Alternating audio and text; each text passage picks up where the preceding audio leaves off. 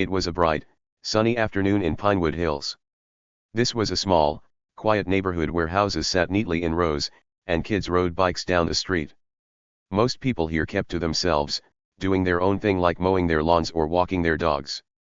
That's what Jake thought, anyway. He figured it was a nice, peaceful place to start fresh. Jake was new in town, just a regular guy with a big dream. He wanted to buy a house someday, but for now, he lived in his RV. You know what an RV is, right? It's like a house on wheels, a cool little home you can drive around. Jake loved it. He kept it super clean, all shiny, and parked perfectly on the street. It wasn't loud, it wasn't messy, and it didn't bother anybody. At least, that's what he thought. Jake was a chill guy. He had short brown hair, a friendly smile, and a habit of waving at people when they passed by. He'd sit outside his RV sometimes, sipping a soda or reading a book, just enjoying the day. He wasn't looking for trouble. He wasn't trying to make anyone mad. He just wanted to save his money, mind his business, and live his life. But not everyone saw it that way. Nope. Someone was watching Jake and his RV from the very first day he rolled into Pinewood Hills. Someone who didn't like what she saw. Not one bit. Her name was Karen. Oh boy, Karen wasn't just any neighbor. She was that kind of Karen. You've probably heard about people like her. The kind who peek out their windows all day, waiting for something to complain about. The kind who'd grab a ruler, march outside, and measure your grass just to see if it was too long. Half an inch over? That's a crime, she'd say. Karen lived 2 houses down from where Jake parked his RV. Her house was perfect, too perfect, really. The flowers were trimmed just right, the mailbox sparkled, and her driveway didn't have a single crack. She walked around like she was the queen of Pinewood Hills, like she made the rules for everyone. And to her, Jake's RV? It was a big, giant, ugly problem. See, Karen didn't like anything that didn't fit her idea of perfect.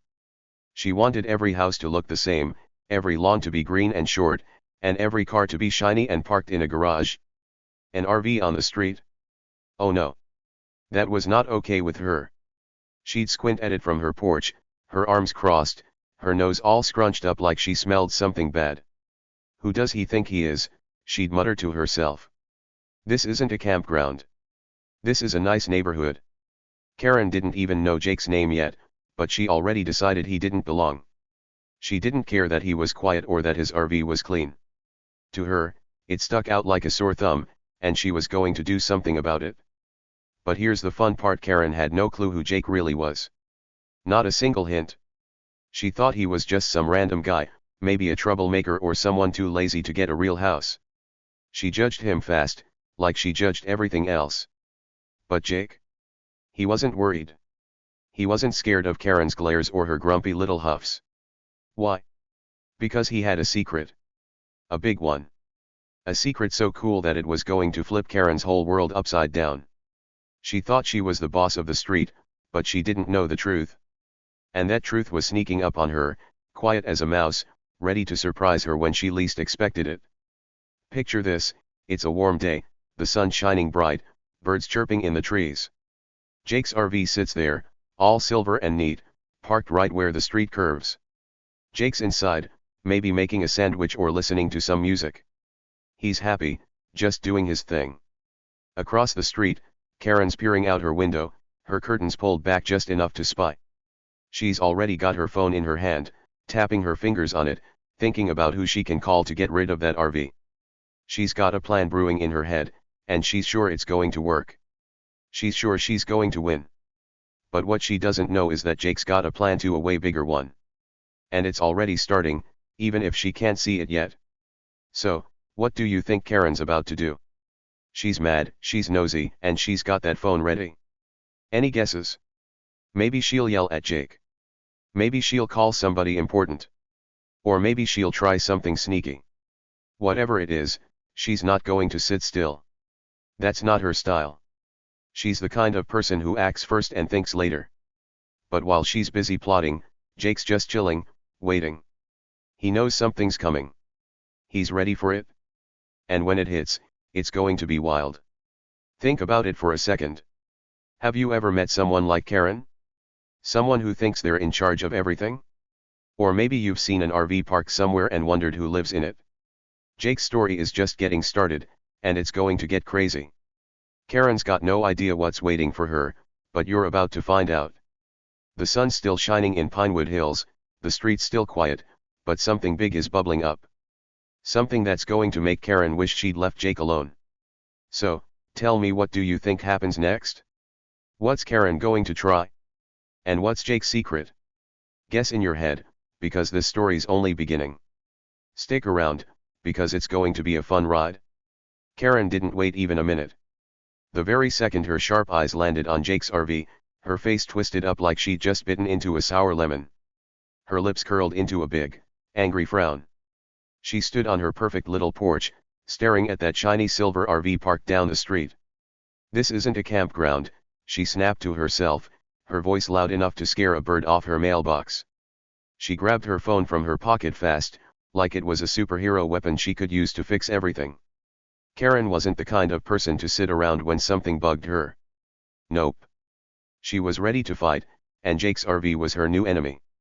She pulled her sweater tight around her, took a big breath, and marched right down the sidewalk. Her shoes clicked on the pavement, click, click, click, like she was a soldier going to battle. Jake was just chilling outside his RV, sitting on a little chair with a soda in his hand. The sun was shining, the air was warm, and he looked happy as can be.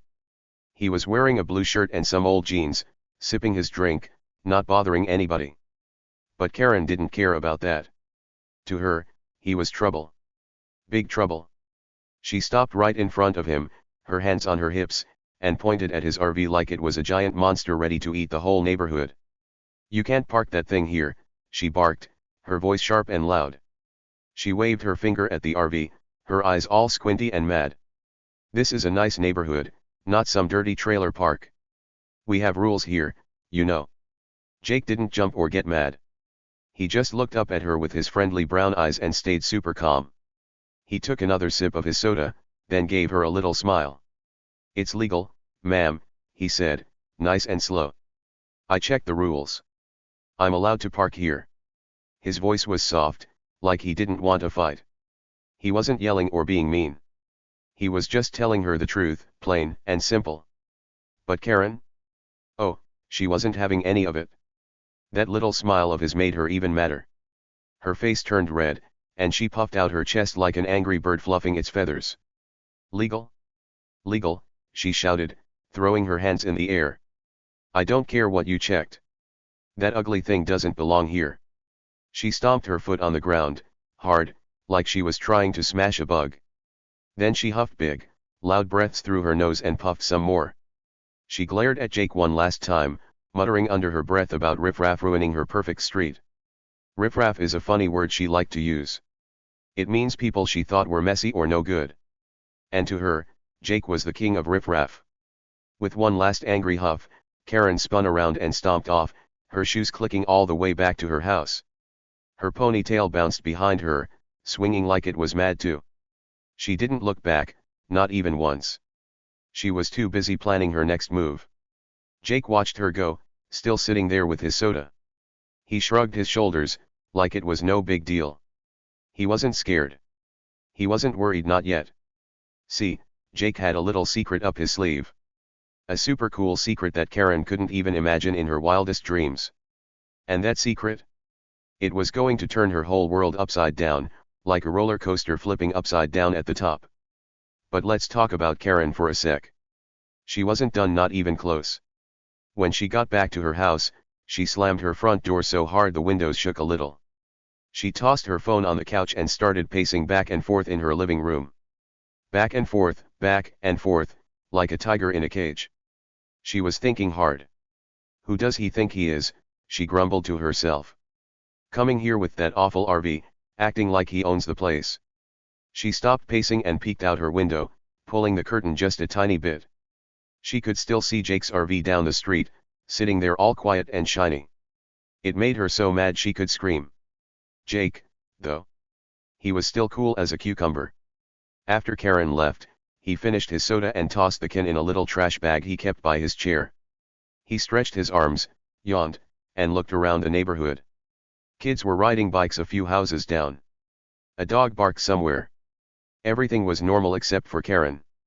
Jake knew she was mad, but he didn't let it bother him. He leaned back in his chair and closed his eyes for a minute, letting the sun warm his face. He wasn't afraid of her yelling. He wasn't afraid of her pointing. Why? Because he knew something she didn't. Something big. Something that was going to make her wish she'd never messed with him. Karen didn't know it yet, but she'd just started a fight she couldn't win. She thought Jake was just some guy with an RV, someone she could boss around and scare away. But Jake wasn't just any guy. He had a trick hidden, like a magician with a rabbit in his hat. And while Karen was huffing and puffing and stomping around, that trick was waiting, ready to pop out when the time was right.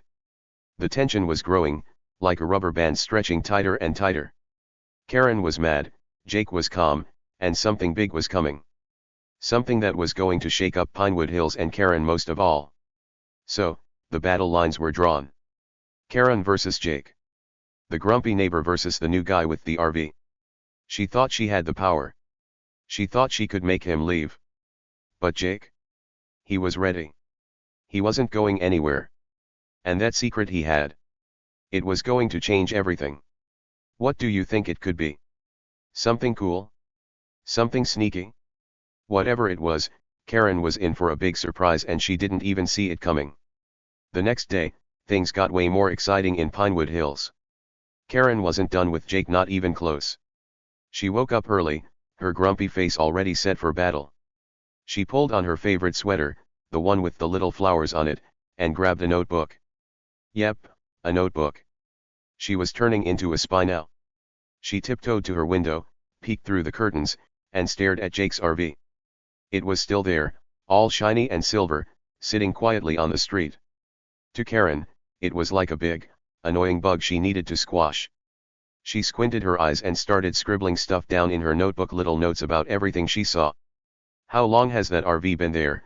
She mumbled to herself, writing fast. 2 days. 3. Too long. She jotted down the time, 8:15 in the morning. Then she watched some more. Who's coming by? She whispered, her pen scratching the paper. A mailman walked past Jake's RV, and Karen wrote that down too.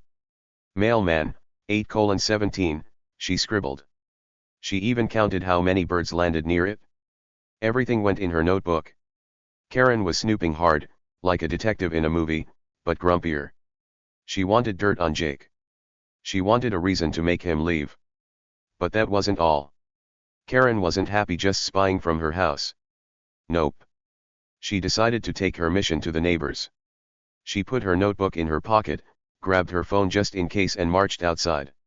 Her shoes clicked on the sidewalk as she went door to door, knocking loud and fast.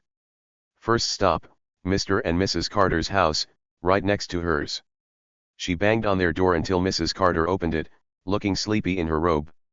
Good morning, Karen said, but her voice wasn't friendly. Have you seen that eyesore down the street? That awful RV. She pointed toward Jake's spot, her finger shaking a little. It's ruining our neighborhood. It's lowering property values, you know, making our houses worth less money. Mrs. Carter blinked, rubbed her eyes, and nodded slowly. Sure, Karen, she said, not really caring. It's an RV. Then she shut the door, nice and quiet, leaving Karen standing there.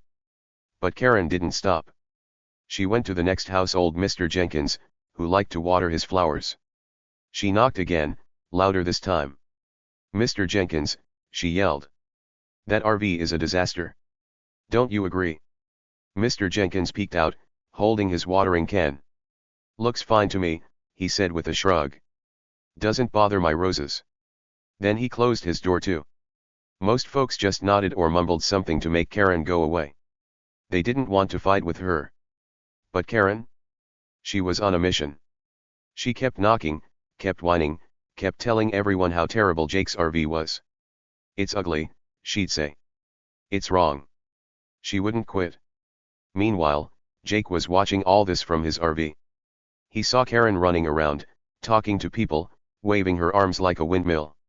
He didn't say anything. He just sat there, sipping a glass of water, a little smile on his face. He wasn't mad. He wasn't scared. He was calm, like a cat napping in the sun. Why? Because he knew something Karen didn't. Something sneaky was happening, and he wasn't worried one bit. Then came the big moment. It was a bright, sunny morning a few days later. Jake stepped out of his RV, stretching his arms and yawning. He wore a red shirt and some old sneakers, ready to enjoy the day. But when he looked up, there was Karen standing right by his RV. She wasn't just snooping this time. She was doing something big. Her phone was pressed to her ear, and she was yelling so loud the whole block could hear her. "Yes, 911, she shouted, her voice sharp and angry. "There's an illegal vehicle parked on my street. I need an officer right now. This is an emergency." Jake froze for a second, watching her. Karen paced back and forth, her free hand pointing at the RV like it was a bad guy in a story. "It's been here too long," she yelled into the phone. "It's breaking all the rules. Hurry up." She sounded so sure of herself, like she'd finally won. She even smirked a little, thinking the police would come and drag Jake's RV away. She'd be the hero of Pinewood Hills, and that riffraff would be gone. But Jake? He didn't yell back. He didn't argue. He just leaned against his RV, crossing his arms over his chest. His little smirk grew a tiny bit bigger. He looked at Karen like he knew a secret joke, and he did. He didn't say a single word. Not stop, not leave, not anything. He just stood there, cool and quiet, watching her shout. Why didn't he care?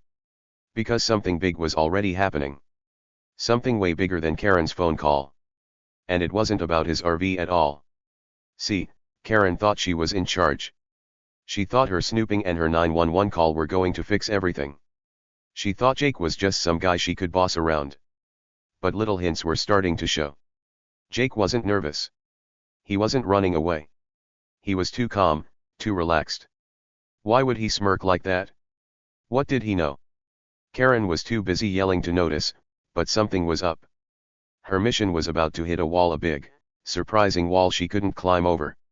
The tension was growing, like a balloon getting bigger and bigger. Karen was pushing harder, sneaking around, calling the cops. Jake was staying chill, watching it all with that tiny smile. The neighbors were peeking out their windows now, wondering what was going on. Birds stopped chirping. The street got quiet except for Karen's voice, still loud on the phone. Something was coming. Something was moving behind the scenes. And Jake knew it. Karen didn't. That's what made it so exciting. She was walking right into a trap, and she didn't even see the first clue. What was Jake's secret? Why wasn't he scared? Little pieces were starting to slip out, like crumbs falling off a cookie. He wasn't just a guy with an RV. He was something more. And while Karen kept yelling, that something more was getting closer. The story was heating up, and the big surprise was waiting just around the corner. The big moment came fast. A police car zoomed down the street in Pinewood Hills, its red and blue lights flashing bright. It screeched to a stop right by Jake's RV, tires squeaking on the pavement. Karen's eyes got wide, and her face lit up with a huge, smug grin. She thought she'd won the war. She'd called 911, told them about the illegal RV, and now the cops were here. She was sure they'd take Jake away and make her the queen of the neighborhood again. She bounced on her toes a little, so excited she could hardly stand still. She pointed at Jake with a big, dramatic finger, like he was the bad guy in a movie. "That's him," she shouted, her voice loud and proud. "That's the guy breaking the rules. Get him."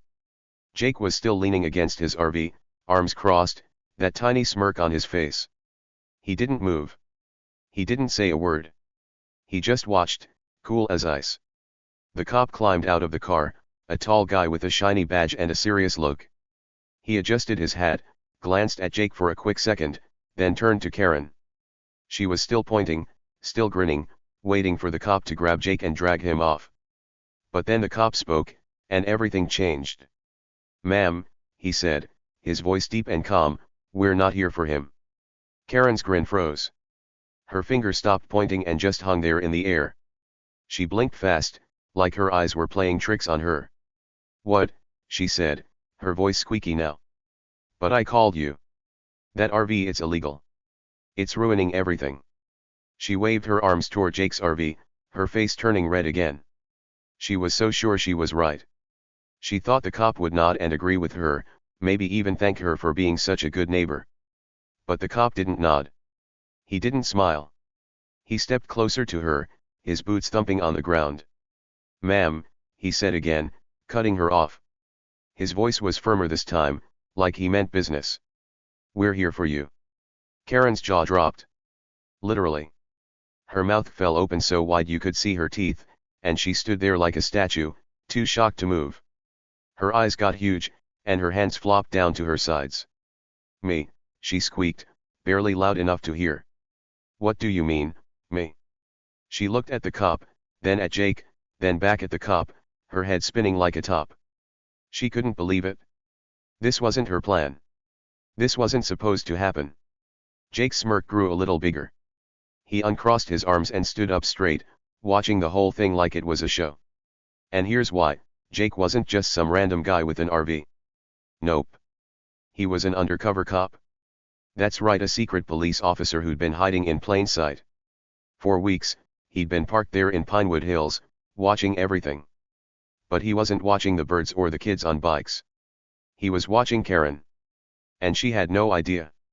Turns out, Karen had been up to some sneaky, naughty stuff. She wasn't just a grumpy neighbor who liked to yell. She was a thief. See, Karen was in charge of the HOA, the group that makes rules for the neighborhood and collects money to fix things like playgrounds or sidewalks. Every month, people gave her cash or checks to keep the neighborhood nice. But Karen wasn't using that money for the neighborhood. Nope. She was keeping it for herself, stuffing it in her pockets like a squirrel hiding nuts. She'd been stealing those HOA fees for a long time, thinking no one would catch her. She'd buy fancy shoes or extra snacks, all with money that wasn't hers. But Jake? He knew. He'd been collecting proof pictures, papers, even secret recordings. He had it all. Karen didn't see the second police car pulling up behind the first one. Its lights flashed too, and another cop hopped out, holding a little notepad. The first cop stepped even closer to Karen, pulling shiny silver handcuffs from his belt. Her eyes got wider, if that was even possible. She shook her head fast. "No, no, no," she yelped. "This is a mistake. I didn't do anything. It's him you want." She pointed at Jake again, but her hand was shaking now. The cop didn't listen. He held up the handcuffs and said, "Karen Thompson, you're under arrest for theft and fraud." His voice was loud and clear, so everyone could hear. Theft means stealing, and fraud means lying to trick people. Karen had done both. The second cop walked over, ready to help, while Jake just stood there, smirking like he'd known this was coming all along. Karen's face went white. She stumbled back a step, almost tripping over her own feet. "Arrest? Me," she gasped. "But I called you. I'm the good guy here." She looked around, hoping someone would save her. A few neighbors peeked out their windows or stood on their porches, watching with big eyes. They didn't say a word. They just stared as the cop grabbed Karen's arm gently but firmly and turned her around. The handcuffs click snap, snap around her wrists. She wiggled a little, but there was no getting out of it. Jake finally spoke, his voice quiet but strong. "You should have left me alone, Karen," he said, shaking his head. "I wasn't hurting anybody." He reached into his pocket and pulled out a little badge, a police badge, shiny and real. He held it up so the sunlight caught it, and the neighbors gasped. "I've been watching you for weeks," he said. "You thought you were smart, but I had all the proof." Karen's mouth opened and closed like a fish out of water. She couldn't talk. She couldn't yell. She just stared at Jake, then at the badge, then at the handcuffs on her wrists.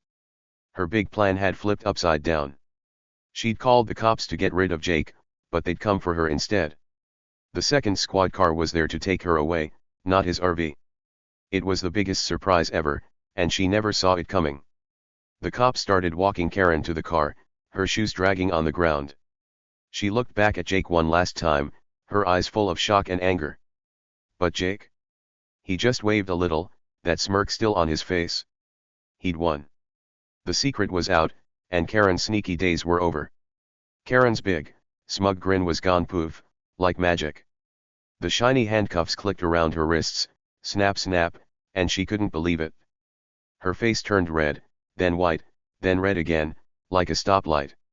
She wiggled her arms, trying to get free, but the cuffs held tight. "This is outrageous," she shouted, her voice loud and squeaky. "You can't do this to me.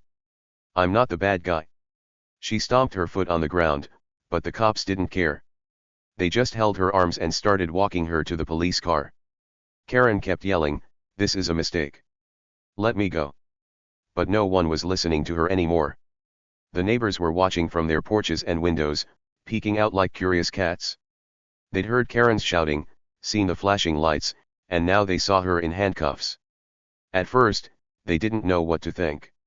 Wasn't she the one who called the cops? Wasn't she supposed to win? But then the whispers started. "She stole money," someone said quietly. "From the HOA," another neighbor added. "Karen? The HOA boss?" "No way," a lady gasped. The news spread fast, like a ball rolling downhill. Karen, the grumpy lady who bossed everyone around, had been caught red-handed. Her hands weren't just red, they were stuck in cuffs. Jake stood by his RV, watching it all. The cops opened the squad car door, and Karen had to duck her head to get in. She was still sputtering, still shouting, "This isn't fair. You've got the wrong person." But the door slammed shut, and her voice got muffled. The car's lights flashed one more time, and then it drove off, taking Karen away. Jake didn't cheer or laugh. He didn't gloat or say, "I told you so." He didn't need to. He just stood there, hands in his pockets, feeling good inside. The street was quiet again, no more yelling, no more pointing. Karen's nonsense was finally gone, and that was enough for him. The neighbors didn't rush over to Jake right away. They were still whispering, still figuring it out. But later that week, something cool happened. It was time for the next HOA meeting, where everyone gets together to talk about neighborhood stuff. Usually, Karen ran those meetings, telling people what to do and making rules. But not this time. She was gone, sitting in jail, waiting to explain her stealing to a judge. So the neighbors met without her, and guess who they wanted to talk to? Jake. People crowded into Mrs. Carter's living room, sitting on chairs and couches, sipping lemonade. They looked at Jake, the guy with the RV they'd ignored or grumbled about before. Now they saw him differently. "You saved us, Jake," Mr. Jenkins said, holding his hat in his hands. "Karen took thousands of dollars. We didn't even know." Mrs. Carter nodded. "She was supposed to fix the playground, but she kept the money. You stopped her." Everyone started clapping, and Jake's face got a little red. He wasn't used to all this attention. "Thanks, Jake," a kid shouted, and more people chimed in. "Yeah, thank you. You're the best." They weren't mad about his RV anymore. They didn't care that it was parked on the street. They knew now he wasn't just some guy. He was the hero who'd saved their money. Jake smiled, a big, happy smile. "Just doing my job," he said simply. And that was that. The neighborhood was free, Karen was in trouble, and justice was served nice and sweet, like a big scoop of ice cream. And that's how it all happened. Karen, the loudest lady in Pinewood Hills, got caught with her sneaky secrets. She yelled and pointed and acted like she was the boss, but she was hiding something bad, stealing money from her neighbors. And Jake? The quiet guy with the RV who didn't say much. He turned out to be the hero nobody expected. It's funny how things work out sometimes, right? The person making all the noise might be the one you can't trust, and the person staying calm might be the one saving the day. Think about that for a minute. Sometimes, the loudest people, the ones who talk big or act like they know everything, aren't as great as they seem. They might be hiding something, like Karen was. She walked around like she owned the street, telling everyone what to do, but deep down, she was scared of getting caught. And Jake? He didn't need to shout or show off. He just did his job, stayed cool, and let the truth come out when it was time. That's pretty awesome, don't you think? Being quiet doesn't mean you're weak. Sometimes it means you're strong enough to wait for the right moment. Have you ever seen something like this happen? Maybe at school or in your neighborhood. Like, maybe there's a kid who's always loud, always bragging about how great they are. They might say, "I'm the best at soccer," or "I've got the coolest toys." But then someone quieter comes along, someone who doesn't talk much and surprises everyone. Maybe that quiet kid scores the winning goal in a game or shares something super cool without bragging. It's like Jake and Karen all over again. The loud one doesn't always win, and the quiet one might just be the real star. So, what's your takeaway from this story? What did it make you think about? Have you ever misjudged someone, thought they were one way, but they turned out to be totally different? Maybe you thought a new kid at school was shy and boring, but then they helped you with something big, like fixing your bike or sharing their lunch when you forgot yours. Or maybe you thought someone loud was super cool, but later you found out they weren't so nice. It happens all the time. People can surprise you, just like Jake surprised Karen and the whole neighborhood. Here's something to chew on: next time you see someone being loud or bossy, don't just believe everything they say. Watch them a little. Think about what they're really up to. And if you see someone quiet, don't count them out. They might be hiding something amazing, like Jake did with his police badge. You never know who the real hero is until the story plays out. So, tell me, what do you think? Have you ever met a Karen who turned out to be wrong? Or a Jake who shocked you with how cool they were? Share your ideas below. Stories like this show us that looks can trick us, but the truth always comes out in the end. Be the quiet hero, not the loud complainer. That's the way to shine like Jake did, with his RV and his big, brave secret. You can be a hero too, just by being you.